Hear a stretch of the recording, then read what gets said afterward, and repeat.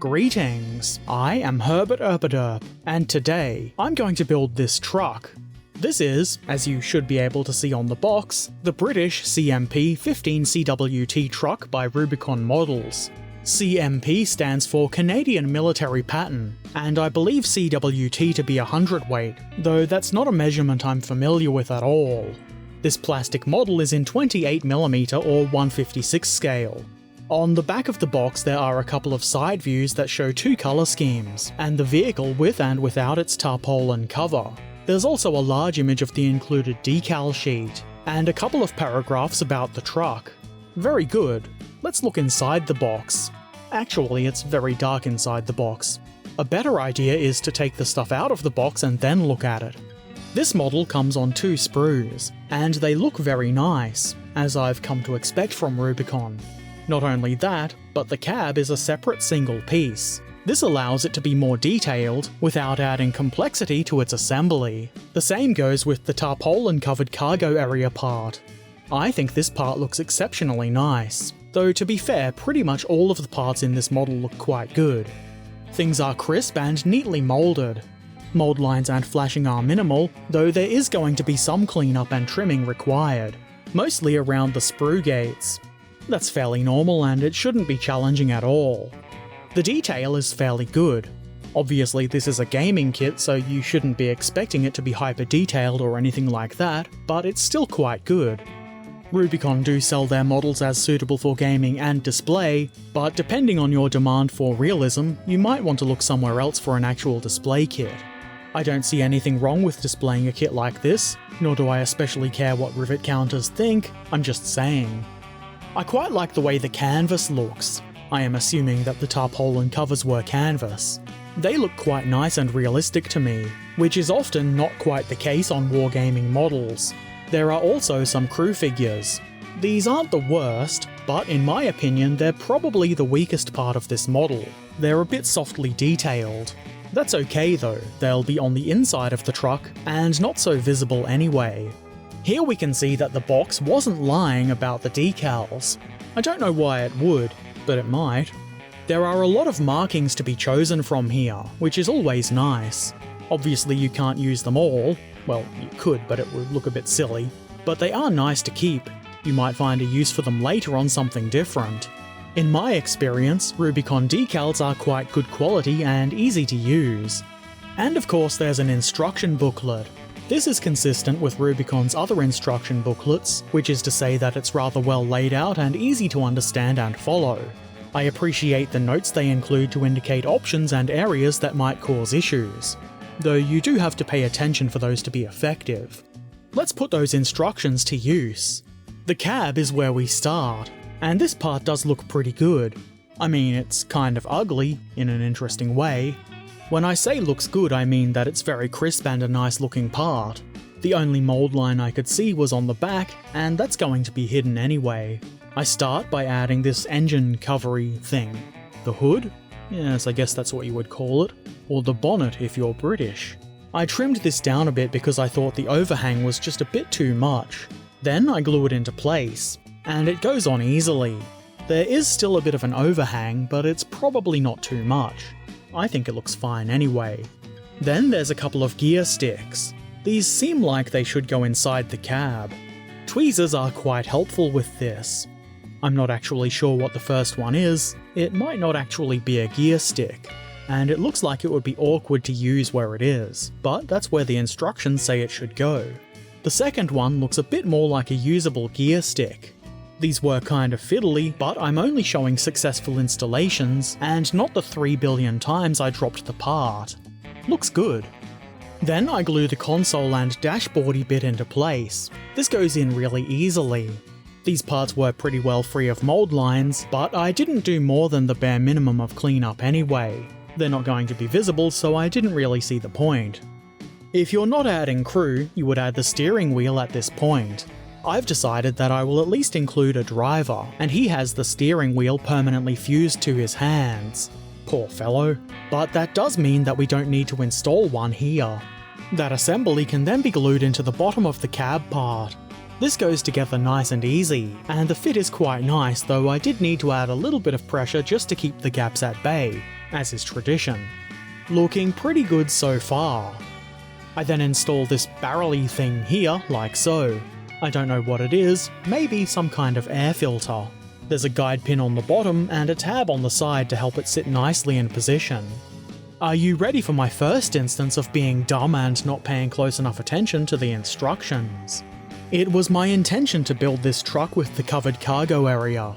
I began assembling the walls of the cargo area, and they were a little bit fiddly, truth be told. But it turned out that I didn't need to be doing that assembly at all. What a dunce. Fortunately enough, I realised my mistake before the glue set, and I could remove the parts. Turns out, the part with the tarpaulin also includes the sidewalls of the cargo compartment. I may have noticed that if I weren't such a ding-dong. Oh well, could be worse. This is much easier to assemble. The floor part simply slides into the cargo compartment like so.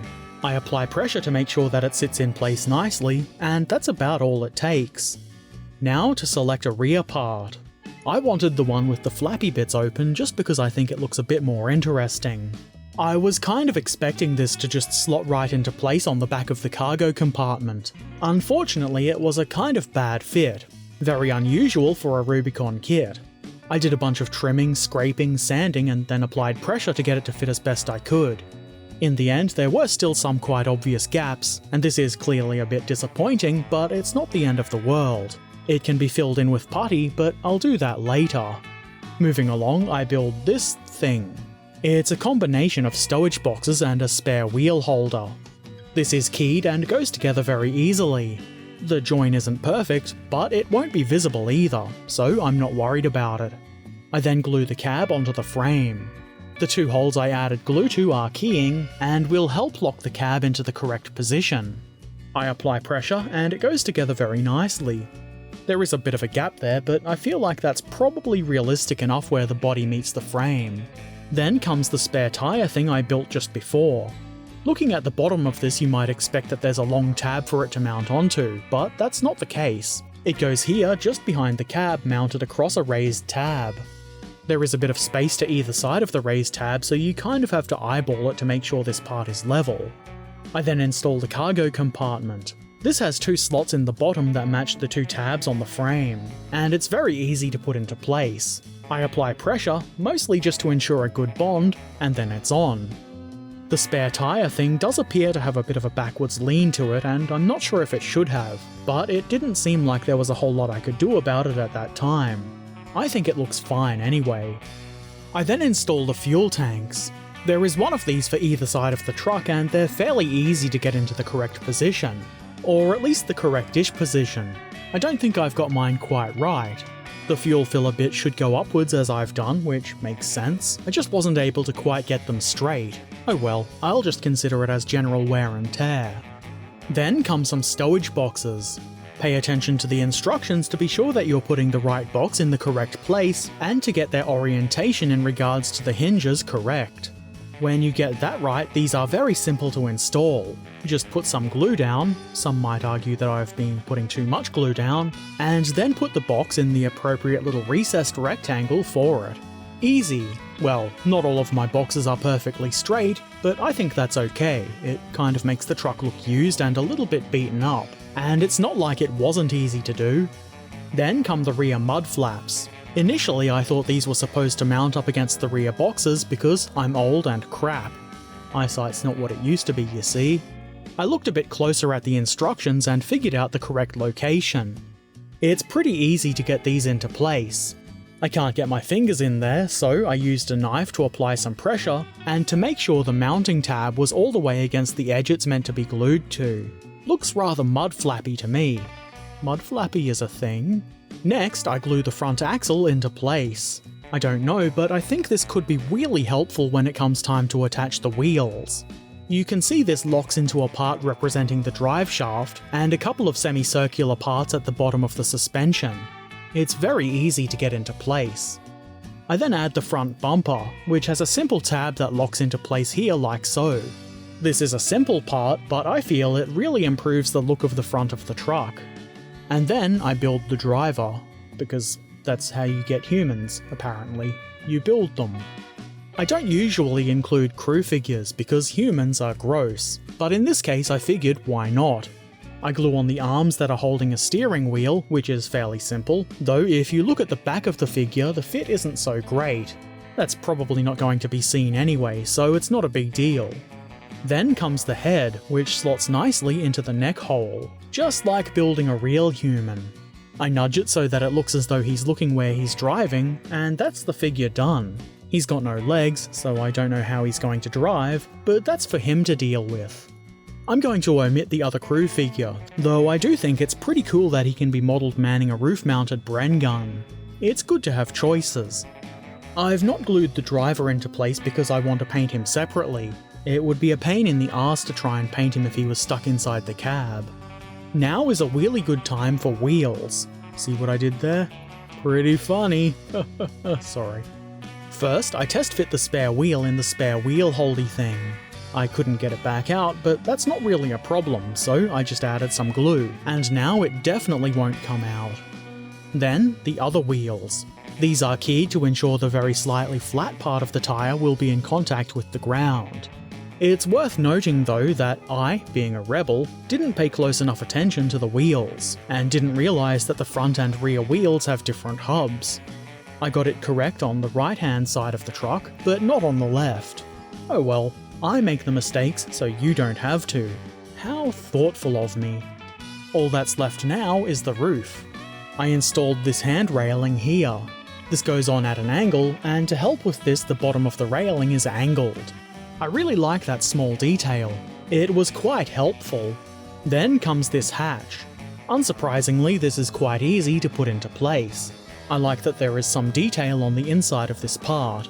Unfortunately, there are a couple of little sink marks on the inside. Otherwise, I would be tempted to model it open, even without the Bren gunner in place.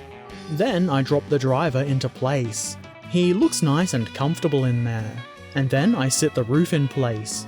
Obviously, I'm not going to glue this on if I'm to be removing the driver to paint him separately.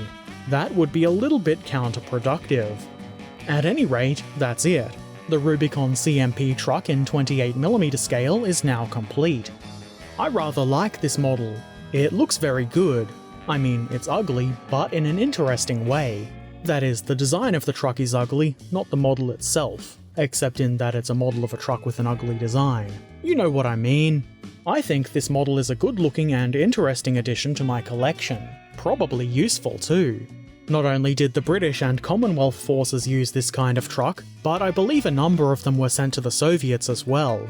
The back of the box also mentions something along these lines, so it could be quite versatile, not only in which forces can use it, but also in what it can be used for. You could put infantry in it, or I assume it could be used to tow guns. Pretty sure the real version was anyway. I have no idea about that in bolt action.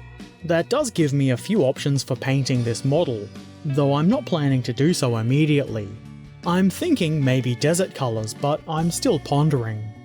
The detail on this model is pretty good. It might be a little bit chunky in places, but I don't think that's too bad. It is obviously a gaming model, which means it's not going to be hyper-detailed, being that most gamers don't want their models to have fine details breaking off every time you think of picking it up, and the chunkiness gives it strength. And it does feel like a good solid model that should take quite a bit of handling. Though to be fair, it is also quite well detailed for a gaming piece. Not to the point where rivet counters will appreciate it, but that's fine, and it would still look nice all painted up and displayed if that's what you want to do with it instead of playing games. Other than my own inability to read and follow instructions, the build was pretty quick and easy. The back of the cargo compartment was a kind of bad fit, but the rest of the issues I encountered were my own fault, mostly due to not having paid enough attention to the instructions. If you do follow the instructions, it should go together really easily without problems. Despite that, I had a lot of fun building it. I built this live on stream a few weeks ago. If you want to watch me build models live on stream, head on over to my Twitch channel and give me a follow. There's a link in the description. I build models on Sunday mornings starting around 8 or 9, local time obviously. Check the schedule to see times converted to your own time zone. I'm also planning to try a midweek evening modelling stream that might be better suited to people in European time zones. Viewership will obviously determine whether or not I'll start doing that regularly. Okay, that might be enough waffling. What do you think of this model? Have you built this particular kit yourself? Do you think it's kind of ugly? Let me know in the comments section below. Also, if you haven't done so already, feel free to subscribe, follow, ring the bell, and all the other things you do on YouTube and social media. Links to all of the things, including my Patreon and Twitch channel, are in the description below. And, as always, I shall return soon. So until then, be excellent to each other, and thanks for watching. Farewell.